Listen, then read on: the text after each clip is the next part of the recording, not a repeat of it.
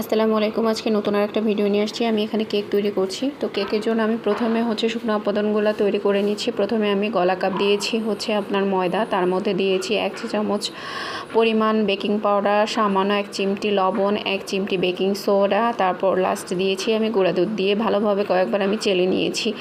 তো এখানে আমি ব্লেন্ডারে তৈরি করছি, বিটার ছাড়াই। ব্লেন্ডারে আমি প্রথমে 2টা ডিম দিয়েছি, ডিম দিয়ে অর্ধেক চিনি দিয়েছি। অর্ধেক চিনি বলতে আমি দিয়েছি আধা কাপের একটু বেশি চিনি। তো প্রথমে আমি অল্প করে চিনি 3বার দিয়েছি, 3বার চিনি দিয়ে আমি বিট করেছি।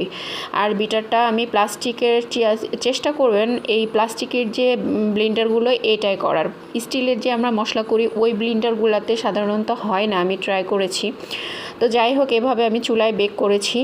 তো মাশাআল্লাহ আমার কেক এত ভালো হয়েছিল, অরেঞ্জ ফ্লেভার। আমি আপনার কমলার যে রসটা সেই রসটা ইউজ করেছি, আর ভ্যানিলা এসেন্স সামান্য দিয়েছি, অরেঞ্জ এসেন্স সামান্য দিয়েছি, দিয়ে আমি চুলায় বেক করেছি। চুলায় আমার বেক করতে সময় লেগেছে 25 থেকে 30 মিনিট। 25 মিনিট 25 মিনিটে আমার হয়ে গিয়েছে, আমি একবারই চেক করেছি।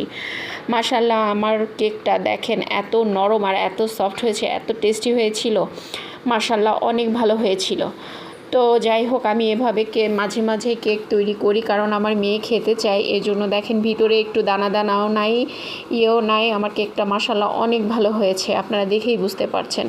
তো সবাই আমার জন্য দোয়া করবেন, আমার ভিডিও যদি ভালো লাগে আমার পাশে থাকবেন। আর কেক কেমন হয়েছে সবাই জানাবেন, মানে দেখতে কেমন হয়েছে, আসলে টেস্টটা তো না খেলে বোঝা যাবে না। তো দেখতে কেমন হয়েছে সেটা জানাবেন। দেখেন আমি কেটে দেখাচ্ছি আপনাদের। তো এভাবে করে আমি প্রায় বাসায় কেক তৈরি করি। সবাই ভালো থাকবেন।